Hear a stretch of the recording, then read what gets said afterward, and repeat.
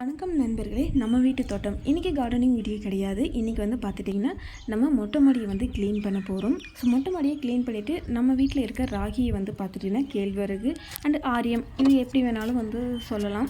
எங்கள் ஏரியாவில் மோஸ்ட்லி ஆரியம் அப்படின்னு தான் வந்து சொல்லுவாங்க. இந்த ஆரிய மாவை வந்து பார்த்துட்டிங்கன்னா நம்ம வெயிலில் நல்லா காய வைக்கலாம்.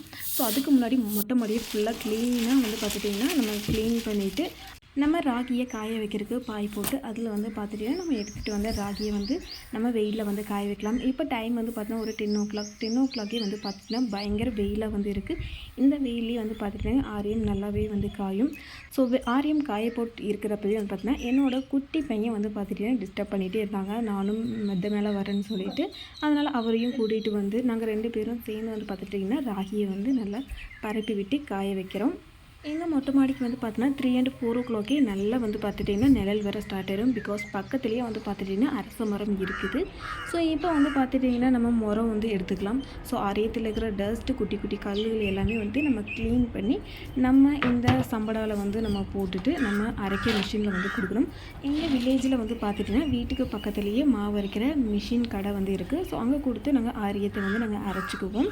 இந்த ராகியை வச்சு நாங்கள் இட்லி, தோசை, புட்டு அண்டு களி, மோஸ்ட்லி வந்து பார்த்துட்டிங்கன்னா தருமபுரி சைடு ராகி களி தான் வந்து பார்த்திங்கன்னா ஃபேமஸ். ஸோ அதிகமாக வந்து பார்த்திங்கன்னா மக்கள் ராகி களி தான் விரும்புவாங்க. நான் கல்யாணம் கட்டி வந்து 7 years ஆச்சு. 7 yearsல இப்போ தான் ராகி களியே வந்து செய்ய ஸ்டார்ட் பண்ணுறேன். மிஷினில் கொடுத்து ராகி வந்து பார்த்துட்டிங்கன்னா நைஸாக மாவு மாதிரி நல்லா அரைச்சாச்சு. நான் சின்ன வயசுலேருந்து ராகி களி சாப்பிட்டதே வந்து கிடையாது. மேரேஜ்க்கு அப்புறம் தான் வந்து பார்த்துட்டிங்கன்னா ராகி களி வந்து நான் சாப்பிட்ருக்கேன். நீங்கள் ராகி களி சாப்பிட்ருக்கீங்களா அப்படின்னு வந்து கமெண்ட்டில் சொல்லுங்கள். உங்களுக்கு ராகி மாவில் என்ன டிஷ் பிடிக்கும் அப்படிங்கிறத கமெண்ட் பாக்ஸில் இன்ஃபார்ம் பண்ணுங்கள். அந்த வீடியோக்கு ஒரு லைக் வந்து பண்ணிக்கோங்க.